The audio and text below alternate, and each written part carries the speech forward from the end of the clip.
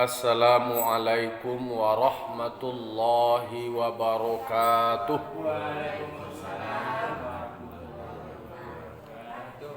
Alhamdulillah wassalatu wassalamu ala rasulillah wa ala alihi wa sahbihi wa mawala. Ashhadu an la ilaha illallah wahdahu la syarikalah wa ashhadu anna Muhammadan abduhu wa rasuluh sallallahu alaihi wasallam la nabiyya ba'da amma ba'd. Qala rabbi shrah li sadri wa yassir li amri wahlul 'uqdatam min lisani yafqahu qawli. Bapak-bapak, ibu kaum muslimin dan muslimat jamaah subuh yang dimuliakan Allah Subhanahu wa taala. Puji saratu syukur kita ucapkan kehadirat Allah Subhanahu wa taala yang telah memberikan limpahan nikmat dan karunia-Nya kepada kita nan basamo. Alhamdulillah Allah berikan kesempatan kepada kita untuk melaksanakan ibadah kepada Allah Subhanahu wa taala. Salat dan salam kita kirimkan kepada arwah junjungan kita, yakni Nabi besar Mustafa Muhammad sallallahu alaihi wasallam yang telah membawa manusia dari zaman jahiliyah kepada zaman Islamiyah seperti kita rasakan sampai saat ini. Baik bapak-bapak, ibu jamaah yang dimuliakan Allah, pembahasan tafsir awak masih seputar cerita Nabi Isa alaihissalam. Kini masuk dalam ayat 58 surah Al-Imran. A'udzubillahi minasyaitonir rajim. Bismillahirrahmanirrahim. Kata Allah Ta'ala, "Dzalika natsluhu 'alaika minal ayati wadzikril hakim." Demikian yang disebutkan dari cerita Nabi Isa, kata Allah Subhanahu wa taala, dari persoalan mulai dari penciptaan Nabi Isa tanpa bapa, kemudian beliau mengetahui dan merasakan ada kelompok yang akan membunuh beliau, lalu beliau sampaikan kepada pengikut setianya sebagai konfirmasi siana layamuh basamu jambo menegakkan agama Allah. Terseleksilah ada yang setia dan kemudian ada yang kemudian berpaling. Lalu yang menarik itu adalah persoalan tipu daya mereka, rencana busuk dari kelompok Yahudi terhadap Nabi Isa, kemudian diputarbalikkan. Nyo merasa berhasil membunuh Nabi Isa, tetapi pada hakikatnya, pada dasarnya bukan Nabi Isa yang dibunuh, tapi adalah orang di antara mereka yang dikenal dengan istilah nama Yudas. Jadi beliau diserupakan dengan Nabi Isa alaihissalam. Nah, sementara Nabi Isa disebutkan di dalam Al-Quran, Nabi Isa itu diangkat Allah, diangkat ke langit, kemudian dijauhkan atau dihindarkan dari diselamatkan dari rencana pembunuhan dari mereka yang kafir, dan orang yang setia Nabi dia bersama Nabi Isa diangkat posisinya lebih baik dari orang yang kafir. Inilah yang muncul perdebatan, diskursus tentang soal Nabi Isa. Apakah dia memang disalib atau beliau diangkat? Terjadilah 3 kelompok pemahaman. Orang Yahudi sebagai orang yang dari awal benci dengan Nabi Isa, beliau menyebarkan sebuah pernyataan atau pendapat bahwa Nabi Isa disalib karena Nabi Isa telah berdosa. Nabi Isa itu telah mengajarkan ajaran sesat. Jadi nyo menerima akibat dari karajoe. Itulah kesimpulan dari kelompok Yahudi yang dari awal memang tidak setuju dengan Nabi Isa. Sementara orang Nasrani mereka berkesimpulan benar yang disalib adalah Nabi Isa. Tapi dengan argumentasi atau alasan bahwa Nabi Isa beliau berani kemudian mau mengorbankan jiwa raganya untuk menebus kesalahan manusia yang lain. Jadi kan satu peristiwa akan menimbulkan banyak sudut pandang.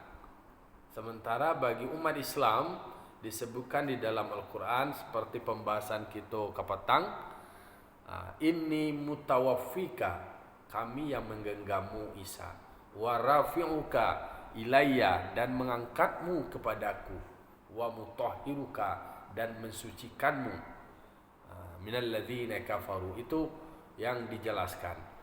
Kemudian di dalam tafsirnya memang Nabi Isa itu diangkat melalui alat atau instrumen awan. Bagi kira menggambarkannya itu awan turun, melalui awan itu Nabi Isa naik di awan itu. Awan itu bukan air. Itulah ya, awak nak bisa mendefinisikan secara umum awan itu kan air yang kumpulan titik-titik air, kayak asap lah, asap yang mengandung air. Tetapi di dalam tafsir itu memang disebutkan awan. Kalau bahasa takah film boneka yang itu kan awan tu bisa berkecilan barengge awak situ dah, bisa dipegang. Tapi begitulah dijelaskan di dalam tafsir bahwa awan yang datang melalui perantaran awan itu Nabi Isa naik, bahkan induknya bergantung lo jauhan tu. Sama dia takaan betul, kayak kendaraan induknya ikut kata. Bergantung menjelang Nabi Isa naik, sempat berdialog, sempat bergantung jo awan tu basalam nak basawa aku nak jampai nak dan tinggal nama nak, itulah pikiro. Di kemudian menangis, sempat menangis Siti Maryam melepas diangkatnya Nabi Isa ke langit. Jadi Nabi Isa yang kemudian termasuk manusia yang sampai saat ini masih hidup. Waktu kepatang disampaikan dek Bunel umumnya di dalam buku disebutkan usia Nabi Isa itu adalah 33 tahun. Itu adalah masa hidup beliau di dunia. Tetapi nanti beliau akan turun kembali, turun ke bumi kembali selama 7 tahun. Jadi akumulasi hidup beliau 33 sebelum beliau diangkat ke langit, ditambah 7 tahun setelah nanti beliau akan turun menjelang akhir zaman. 40 tahun saja. Jadi 7 tahun nanti masa periode Nabi Isa diturunkan kembali, beliau memimpin berdasarkan syariat Nabi Muhammad. Tak syariat ini ada. Nabi Isa lah yang membunuh Dajjal. Kemudian Nabi Isa lah kemudian memecah, menghancurkan semua salib-salib itu. Lalu kemudian Nabi Isa lah yang menerapkan yang namanya balas tiang di akhir-akhir itu. Itulah sejarah disebutkan zalika nasluhu alaika. Demikian cerita-cerita yang gaib itu, cerita-cerita yang dipandang secara logika manusia tidak masuk, tidak logis. Nasluhu alaika, kami bacakan kepadamu wahai Muhammad. Jadi Nabi Muhammad tahu, pengikut Nabi Muhammad tahu, kita umat Islam tahu tentang cerita yang dipandang gaib atau luar biasa aneh. Nah, itu ditegaskan di dalam Al-Quran. Sebagai umat Islam tentu kita percaya kepada apa yang dituliskan di dalam Al-Quran, yang dinyatakan di dalam Al-Quran. Itu penegasannya zalika natsluhu alaika. Di mana tahu cerita Nabi Isa bahwa Nabi Isa diangkat. Ikut dalam Al-Quran. Sementara kelompok Nasrani memandang Nabi Isa memang disalib sebagai penebus dosa. Kalau menurut Yahudi, nyonya memang disalib dekano nyoba dosa aja.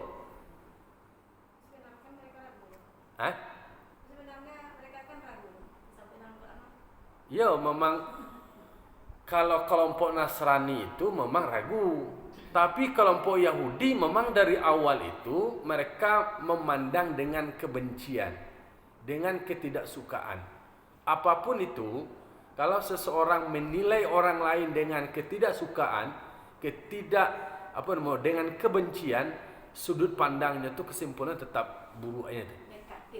Negatif aja. Jadi kalaulah lawan istilahnya kecil orang kini, kalaulah lawan politik memandang nah duelo je salah dah. Tapi kalau kawan elok sadutnya salah-salah bana. Tapi itulah potret memang gambaran sejak dulu tipologi manusia memang seperti itu. Jadi berulang-ulang baliknya. Nah, di ayat 58 iko kan penegasan lah. Cerita yang disebutkan panjang itu diceritakan, dibacakan kepada Nabi Muhammad. Minal ayat itu adalah bahagian dari tanda-tanda. Wa dzalika dalam tafsir dikatakan itu adalah zalika yang di atas itu dengan makna isyarat. Isyarat ko isyarat cerita nang kapatang-kapatang tu yang terdahulu yang sebelumnya, yang cerita yang luar biasa. Bahkan Nabi Isa diberikan mukjizat, bisa menyembuhkan orang dalam satu hari 50.000 orang. Orang penyakit buto, penyakit dosa itu buto je orang sadue. Penyakit kista, penyakit buras, penyakit kulit. Itu yang dilakukan oleh Nabi Isa. Bisa beliau selesaikan. Artinya Nabi Isa hadir dengan skillnya, dengan keterampilannya, dengan mukjizat yang Allah berikan, hanya bisa memberikan manfaat bagi orang lain. Lalu kemudian beliau bisa menghidupkan orang dalam mati. Bisa lah mengecek, bisa lah mengkonfirmasi anak dekat rajonya dulu apa dan segala macamnya. Kan ada contoh pembunuhan kini, kau ada Joshua tu kau tak bunuh kan tak bunuh ada tanya di duitnya Nabi Isa, tanya siapa bunuh, siapa menembak, itu contoh Ada nan tak bunuh di Gemaran, bisa tanyuan mengar dulu petang, siapa bunuh pangai, bakal ditusuk aja.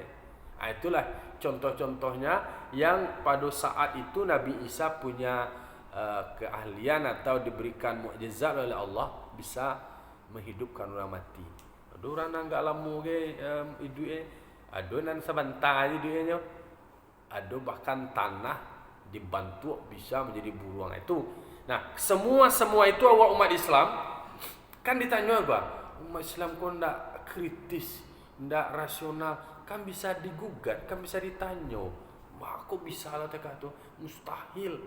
Nah, hal-hal demikian diceritakan, hal-hal demikian disebutkan kepada Nabi Muhammad, kepada umat Nabi Muhammad, minal ayati wa dzikril hakim, dari tanda-tanda, dari ayat-ayat wa dzikril hakim, dan sebutan yang memberikan kepastian hukum, iaitunya Al-Quran. Jadi awak tahu tentang cerita ko ma yang bana, ma nendak bana, ma yang salah, ma yang benar, mana rekayasa, ma yang asli. Itu tahu di ma Al-Quran. Jadi menariknya Al-Quran itu adalah juga memberikan cerita-cerita lama, cerita-cerita besar yang bersejarah, dan itulah yang membuat menjadi yakin. Karena itu dijelaskan di dalam Al-Quran. Kalau mungkin kau cerita guru, cerita orang ke orang, oh nenek moyang kami menceritakan dulu, itu kan bisa berpotensi terjadi penambahan, bisa terjadi pengurangan, tergantung kepentingannya, tergantung aktornya, siapa pemimpinnya. Sejarah itu bisa direkayasa.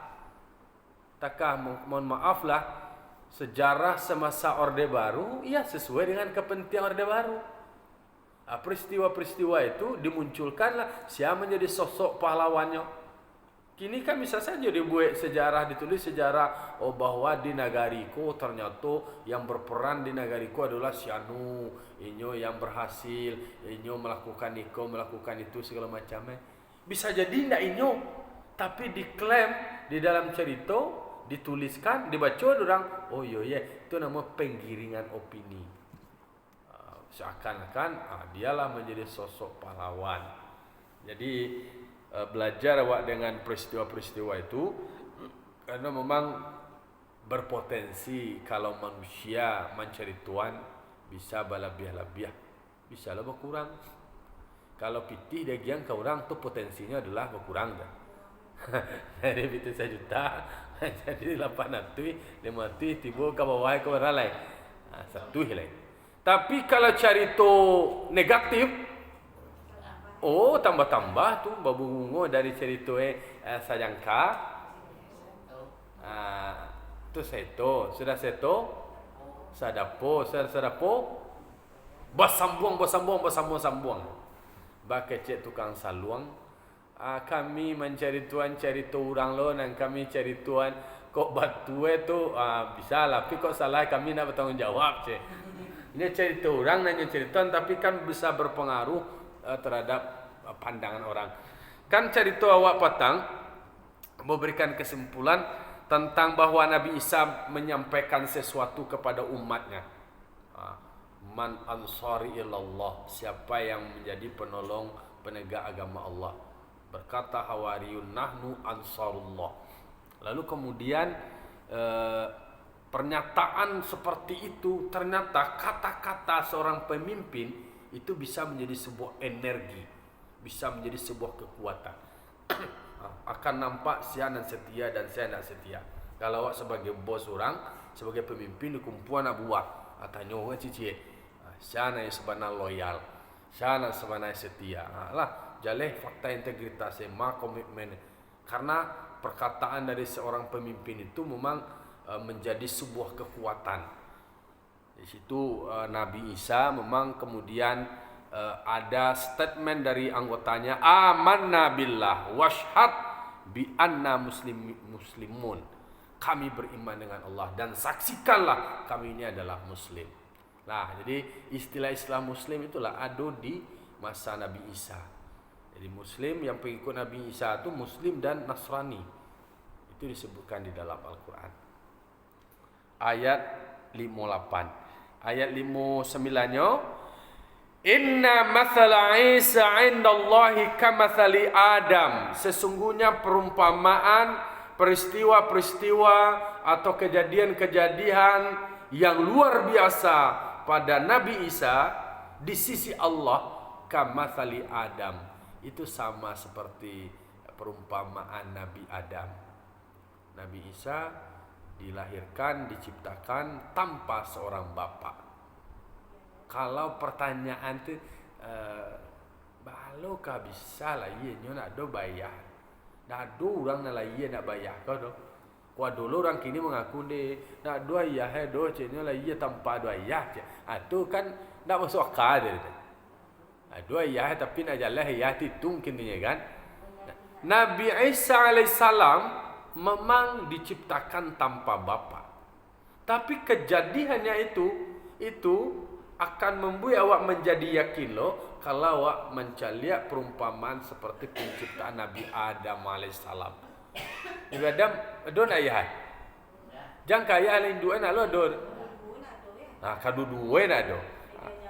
Lebih ajaib lah. Jadi makanya itu kan penegasan kalau tadi di ayat 58 demikian yang disebutkan sebelum-sebelumnya itu kami ceritakan kepadamu Muhammad, dan itu berasa bersumber dari tanda-tanda dari ayat dan Al-Quran. Lalu kemudian diajak logika manusia lah. Manusia hanya berpandang secara logika. Cuba cari apa penciptaan Nabi Adam. Maka penciptaan Nabi Isa tanpa bapa itu lah mengamangal. Nabi Adam dia nak ada bayar. Nak ada bindu ada. Bisa jadi. Supaya apa? Supaya terjawab keraguan atau perdebatan panjang soal Nabi Isa. Kamu memang panjang jadi perdebatannya tuh. Maryam dari keluarga yang baik-baik, lalu kemudian melahirkan seorang anak tanpa bapak. Kok tidak masuk akal dia.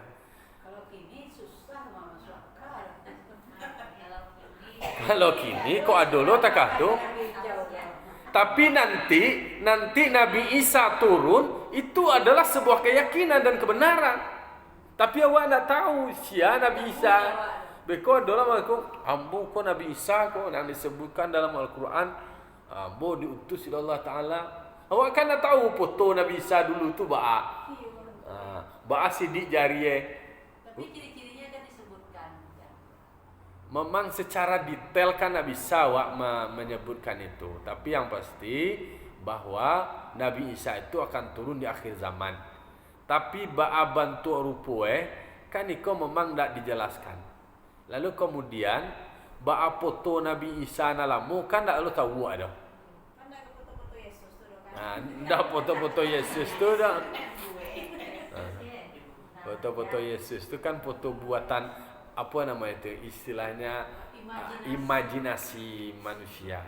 Maksudnya gagah. Gagah. Ya, itulah tak kayak orangnya tak gagah.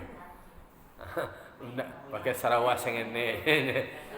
Nah, jadi mangkonyo akan berpeluang, akan berpotensi terjadi berangkat dari ayat itu. Besok-besok ada juga orang yang mengaku sebagai Nabi Isa, ambo yang akan membunuh Dajjal, ambo yang melakukan perbaikan. Itu contoh yang kemudian akan dimanfaatkan oleh orang tertentu. Kan banyak yang stres-stres orang ini. Ada nama jadi raja lah, menjadi penguasa iko, pakai baju iko, kira masuk tansi, masuk penjara. Aduh, kan ada lo menjadi nabi guys. Kecil orang sih, kecil Zainuddin MZ dulu ada nama Tukimin je. Nama Tukimin je mengaku lo menjadi nabi je. Bala cara salah wae itu je. Dia Eden lah jadi. Dulu Lea Eden, itu kalau masuk penjara lo tuh. Lah meninggal petang laga lama lah bertahun tu. Jadi makanya perumpamaan tentang kejadian peristiwa-peristiwa pada Nabi Isa itu di sisi Allah Taala itu belum seberapa ya kalau dibandingkan dengan perumpamaan dari Nabi Adam. Khalaqahu min turab. Nabi Adam itu diciptakan dari tanah. Lalu kemudian thumma qala lahu kun fayakun. Allah berkata bagi tanah itu kun. Jadilah engkau tanah menjadi manusia fayakun. Mengko jadilah Nabi Adam ko menjadi manusia. Abala kira tu ada tanah mau tonggok tanah kun je jadi manusia je. Jadi orang jadi nak dulu kini kau dulu donggok tanah baca kun je. Aku nak ni lagi aja. Tonggok tanah tu. Nyo kan dulu sulap-sulap. Ada sulap-sulap kau tanah tonggok buih jadi baca lah kau. Akhirnya muncul orang. Itu kanlah rekayasa cano ala nama itu permainan-permainan.